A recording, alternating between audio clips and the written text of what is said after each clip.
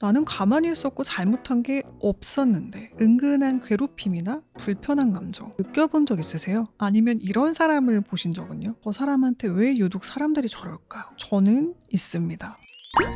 가만히 있는데 자꾸만 관계가 꼬이는 사람의 특징 첫 번째, 가만히 있어서. 이게 무슨 소린가 싶으시죠? 가만히 있어서 견제를 받는다니. 우리가 보통 누가 나를 견제하잖아요? 그러면 가장 먼저 뭐부터 할까요? 나부터 돌아봅니다. 내가 뭘 실수했나? 곱씹어요. 근데 의외로요, 그냥 내 존재 자체가 누군가에게는 미움과 질투의 원인일 수 있거든요. 모두가 보기에 보편적으로 잘난 사람이어서 질투를 받는 것이 아닙니다. 누군가한테는 나라는 존재가 누군가를 긁히게 하는 대상이 될 수가 있어요. 자, 무슨 얘기인지 디테일하게 소개해드릴게요. 사람들이 어떤 사람을 더 질투하고 미워할까요? 사람은 이런 심리가 있습니다. 노력해서 얻은 것보다 타고난 것을 훨씬 더 질투하는 심리요. 누가 노력해서 뭘 잃었어요. 그러면 나도 노력하면 되겠다. 희망을 얻거나 따라하고 싶어집니다. 근데 타고나기를 누가 무엇을 가졌어요. 그러면 나는 가질 수 없는 거니까 배가 아픕니다. 그리고 시간이 지날수록 그 사람을 끌어내리고 싶어지는데요. 내가 못 가질 거면 저 사람도 못 가졌으면 좋겠다. 좀 어두운 인간의 본능 중에 하나잖아요. 근데 생각해보면요, 저도 살면서 견제나 질투를 받았던 순간에 이런 류의 말을 들었었습니다. 제가 분명히 노력해서 만든 결과들 앞에서도 넌 타고났잖아 이러면서 제 노력을 평가절하하는 멘트들이 많았어요. 이 한예종 입시 때 일입니다. 저희 학교 시험이 수능이랑 조금 다르게 자체 시험이 있습니다. 영어 시험도 있고 국어 시험, 언어 시험도 있고 과마다 다르지만 실기 시험, 시놉시스를 쓰는 시험, 콘티 시험, 이후 면접까지 단계가 많습니다. 그런데 합격하고 나서 한 친구가 저에 대해서 이렇게 말하는 걸 들었어요. 걔 영어 잘해서 붙은 거잖아. 그 말 듣고 처음엔 어이가 없었습니다. 영어 하나로 붙을 수 있는 시험이었으면 영어를 해서 갔겠죠. 근데 디테일하게 반박할 필요도 없이 그냥 그 사람한테는요, 제가 통과한 모든 관문을 인정하는 것보다 쟤는 영어 때문에 붙은 거야 라는 한마디로 정리하는 게 더 편했던 거예요. 왜냐면 그래야 본인이 떨어진 이유가 설명되거든요. 제가 노력해서 붙은 거다라고 생각하면 본인이 못한 게 되니까요. 그래서 그런 말들은요, 사실 저에 대한 말이 아닌 그 친구가 자기를 보호하려고 했던 말이라고 볼 수 있죠. 이런 말을 학생 때만 들은 게 아닙니다. 그리고 어떤 채널에서 강의를 했더니 삼류에서 태어난 사람이 자기가 삼류를 친주한다. 이런 댓글이 달리더라고요. 근데 저는요, 이런 말 들었을 때 제가 살면서 어떤 어려움을 겪었고 어떻게 빠져나와서 이런 강의까지 하게 되었는지 굳이 설명하고 싶지 않았습니다. 왜냐하면 그 사람들은요, 저를 알아볼 생각이 없는 분들이거든요. 메시지를 들을 생각이 없습니다. 그냥 겉모습으로만 판단하고 댓글 한 줄로 결론을 내고 그냥 사라져버리는 사람들이에요. 근데 신기했던 건요, 그 채널에 출연했을 때 누군가는 그런 댓글을 달았지만 또 어떤 분은 그걸 보고 저의 채널까지 찾아오시고 또 그 영상을 보고 오프라인 강의까지 오셨던 분들도 계셨거든요. 같은 영상을 봤는데 누군가는 부정적 댓글을 달고 누구는 강연까지 오십니다. 그게 저에게 큰 깨달음이었어요. 나를 좋아하는 이유는 나를 싫어하는 이유와 같아요. 다만 보는 사람에 따라 이걸 좋게 보거나 혹은 내가 이유 없이 미운 본인이 긁힌 포인트가 될 수도 있는 거예요. 본인도 그 감정이 질투인지 견제인지 무엇인지 모르는 상태로 말이죠. 결국 그건 제 문제가 아니라 그 사람의 문제더라고요. 자, 다음 두 번째 특징. 이것도 되게 신기한 부분인데요. 이 같은 추구미. 나도 모르게 견제의 대상이 되는 사람, 추구미가 같은 사람일 수 있습니다. 사람은 나와 공통점이 많거나 비슷한 사람에게 가장 강한 경쟁심을 느끼거나 질투심을 느끼거든요. 생각해보면 그렇습니다. 나와 완전히 다른 결의 사람에게는 경쟁심이 잘 안 생겨요. 오히려 비슷한데 한 끗 차이로 다른 사람, 같은 분야인데 한 발 앞선 사람을 보면 경쟁심이 폭발하는 거예요. 쉽게 말해 추구미가 겹치면 경쟁심이 더욱 커질 수 있습니다. 예를 들어서 발레코어 패션을 입는 사람이 힙합 스타일을 입은 사람을 보고 자극을 받을까요? 전혀 아니겠죠. 결이 너무 다릅니다. 근데 같은 발레코어를 입는 사람이 나보다 더 옷을 잘 매치한 사람을 보면 그때 마음이 살짝 흔들리는 거죠. 사람마다 인생에서 추구하는 게 다르잖아요. 더 지적인 사람이 되고 싶은 사람, 더 아름다워지고 싶은 사람, 또 누군가는 부를 쌓고 싶고 누군가는 명예를 중시합니다. 근데 같은 추구미를 가진 사람을 만나는 순간 무의식이 먼저 비교를 시작하는 거죠. 저 사람은 어디까지 갔지? 나는 어디까지 왔지? 자동으로 경쟁심이 발동됩니다. 이런 경쟁심의 마음이 견제로 이어지는 거고요. 저는 동경과 질투심은 정말 종이 한 장 차이라고 생각하는데요. 동경하는 마음이 순간 어떤 트리거로 어딘가에 긁히면 견제와 질투심이 되더라고요. 생각해보면요. 학창시절에 저를 괴롭히고 따돌렸던 친구들이 공통점이 하나 있었더라고요.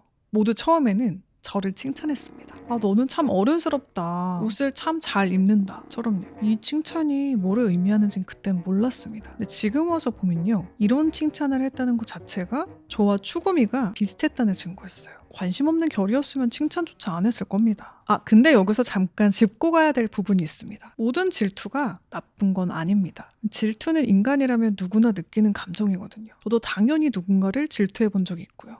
다만 질투에는 두 가지 결이 있습니다. 선의의 질투와 악의적 질투가 있는데요. 이 선의의 질투는 나도 저렇게 되고 싶다. 상대를 인정하고 나를 끌어올릴 수 있습니다. 근데 악의적 질투는 방향이 반대입니다. 저 사람을 끌어내리고 싶다. 나를 올리는 게 아니라 상대를 깎아내리는 쪽으로 가는 거죠. 험담을 하거나 사람을 고립시키고 또 견제하는 행동들은요. 다 악의적 질투의 행동 표현입니다. 누군가 나를 질투한다고 느꼈을 때 그 방향이 어디인지 한 번쯤 구분해 보시면 좋을 듯 합니다. 세 번째 특징, 그룹과 달라서. 모두가 파란색을 좋아하는데 혼자만 검정을 좋아하잖아요. 이 또한 견제나 괴롭힘의 대상이 될 수 있습니다. 양귀비 증후군이라는 말이 있는데요. 키 큰 양귀비는 잘려나간다는 뜻입니다. 호주의 심리학자 페더라는 분이 높은 성취를 이룬 사람을 사람들이 어떻게 보는지 실험을 했습니다. 그 결과 사람들은요. 평균 위에 있는 사람이 떨어졌을 때, 평균의 사람이 떨어졌을 때보다 훨씬 더 기뻐했습니다. 이게 무슨 뜻이냐면요. 집단은 본능적으로 균일성을 추구합니다. 그 안에서 벗어난 사람, 즉 평균에서 벗어난 사람이 있으면요. 그 사람이 뭘 잘못해서가 아니라 그냥 균형이 깨진다는 이유 하나만으로 견제와 공격의 대상이 될 수 있는 거죠. 사실 질투는 좀 조건이 비슷해야 성립되는 경우가 많죠. 직장 동료, 같은 학교의 친구들, 혹은 같은 분야의 사람들끼리요. 근데 살다 보니까 이상한 현상도 보이는 거예요. 예를 들면 연예인을 질투해서 괴롭히는 사람들이요. 이해가 안 됐거든요. 너무 다른 사람이잖아요. 하는 일도 다르고 배경도 다르고 저렇게 압도적으로 다른 사람을 왜 견제할까? 그런데 이거를 설명해주는 개념이 따로 있더라고요. 바로 얀테의 법칙입니다. 이거 북유럽 쪽의 개념인데요. 1933년에 덴마크 작가가 쓴 소설에서 처음 나왔습니다. 가상의 마을 얀테라는 동네가 있는데요. 거기 사람들 사이에 암묵적인 10가지 규칙이 있었대요.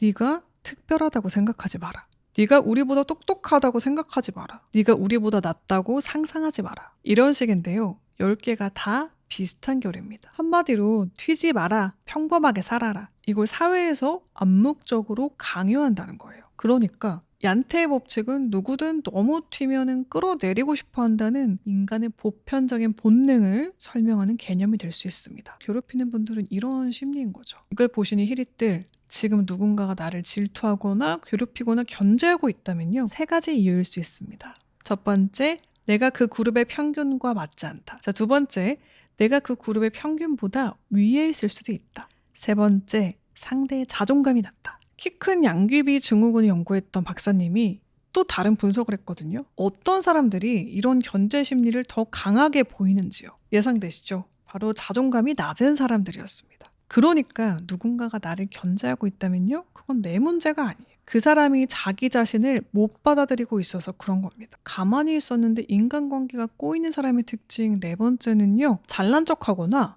잘난 척하지 않은 사람. 이거 진짜 황당한데요. 질투와 견제는 잘난 척을 해도 잘난 척을 안 해도 발동합니다. 잘난 척하면 욕먹고요. 잘난 척 안 하고 겸손했다고 흠잡을 데가 없다고 또 질투하는 겁니다. 뭐 어쩌라는 건가 싶죠. 질투하는 사람 입장에서는 이 사람이 잘난 척을 했냐 안 했냐가 중요한 게 아닙니다. 제가 중학생 때 영어 발음이 좋아서 한 학기 동안 따돌림 당했던 얘기를 지난 영상에서 했었는데요. 공감해 주신 댓글도 있었습니다. 그냥 이유가 없어요. 그냥 발음이 좋으면 그거에 긁히는 거예요. 뭘 잘하면 잘했다고 긁히고요. 만약에 못했으면 또 뺀다고, 못했다고, 분위기 망친다고 뭐라고 합니다. 누군가한테 긁혔잖아요. 그래서 이 사람을 견제하는 사람은요. 어떻게든 명분을 찾아냅니다. 그래서 드리고 싶은 이야기, 저 사람은 그냥 나를 견제하기로 결정했구나. 이렇게 받아들이고 에너지를 아끼는 게 훨씬 더 건강하다는 거 기억해 주세요. 5번째 특징, 또렷한 사람. 흐린 사람보다는 또렷한 사람이, 또 평범한 사람보다는 개성 있는 사람이 견제와 질투가 심합니다. 왜 좀 향기가 진한 꽃일수록 호불호가 심한 것처럼요. 한 번은 친구랑 길을 걸으면서 라일락 향이 진하게 나는 거예요. 라일락 향 진짜 좋다 이랬는데 옆에 있는 친구는 이러더라고요. 그래? 난 좀 독한데? 같은 향인데 이 향기가 진하잖아요? 누군가는 뭐 향기롭다, 좋다. 누군가는 너무 독하다. 그럽니다. 그래서 그때 느꼈습니다. 향이 진할수록 좋아하는 사람의 목소리도 커지지만 싫어하는 사람의 목소리도 같이 커지는구나. 이게 잘난 것과 조금 비슷한 계열일 수도 있는데요. 개성이 강한 것, 또렷한 것도 혹은 목소리를 크게 높였을 때도 타깃이 될 수 있더라고요. 살면서 누군가의 타깃이 됐을 때도 그랬습니다. 저의 목소리를 냈을 때였어요. 이거 아닌가요? 할 말을 했을 때나 저는 이 취향이에요 라고 확고한 취향을 말했는데 취향이 다른 사람에게 타깃이 될 때가 있더라고요. 취존이 안 되는 분들이 있어요. 근데 또 한편으로는요. 저의 취향이 그렇게 또렷해서 저를 좋아하는 친구들이 있거든요. 혹은 그 부분을 멋지게 봐주는 동료들도 생기더라고요. 정리하면 또렷함은 나를 좋아하게 만드는 이유가 되기도 하고요. 싫어하게 만드는 이유가 되기도 합니다. 그래서 중요한 게 나에게 맞는 집단을 만나는 것입니다. 나의 향기를 싫어하는 사람들한테 굳이 그 향을 맡게 할 필요가 없잖아요. 그런 사람들을 설득하느라 에너지를 쓰는 대신 나의 향기를 좋아하는 사람들에게 귀한 향을 아껴서 써보면 어떨까요? 그리고 사회생활을 하신다면 반드시 드리고 싶은 팁, 때로는 구부러지세요. 부러지시지는 말고요. 굳이 정면 충돌할 필요가 없는 사람들이 있잖아요. 나를 흐리게 보이는 변신술도 필요합니다. 제가 사람들하고 싸워도 보고 또 흐려져도 보면서 느낀 거는요. 메시지에서 가장 중요한 건 바로 이 대상이라는 사실이었습니다. 이 대상이, 이 사람이 들을 준비가 되어 있어야 내 메시지가 전달되거든요. 이 들을 준비가 안 된 사람에게 내 향을 쏟을 필요가 없습니다. 여러분의 에너지, 이 귀한 향을 정말 필요하신 분들에게 아껴두시기를 바랍니다. 자, 오늘은요. 가만히 있어도 인간관계가 자꾸만 꼬이는 사람의 특징 5가지를 알아봤습니다. 가만히 살펴보니까 한 가지 결론이 나죠.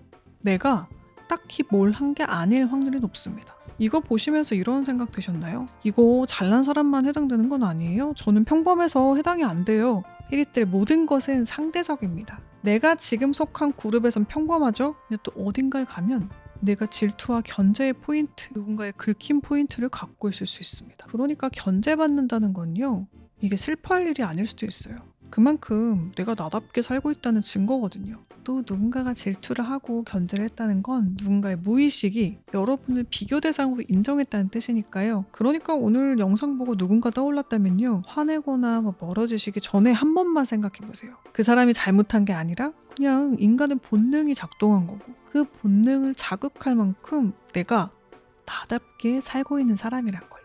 오늘의 이야기가 어려움을 겪고 계신 히릿들께 혹은 상처를 치유 중이신 히릿들께 조금이나마 도움이 되길 바라며 저는 인사드리겠습니다. 오늘도 채널 고정해주신 히릿, 내일도 출국길만 걸으세요. 안녕. 뿅.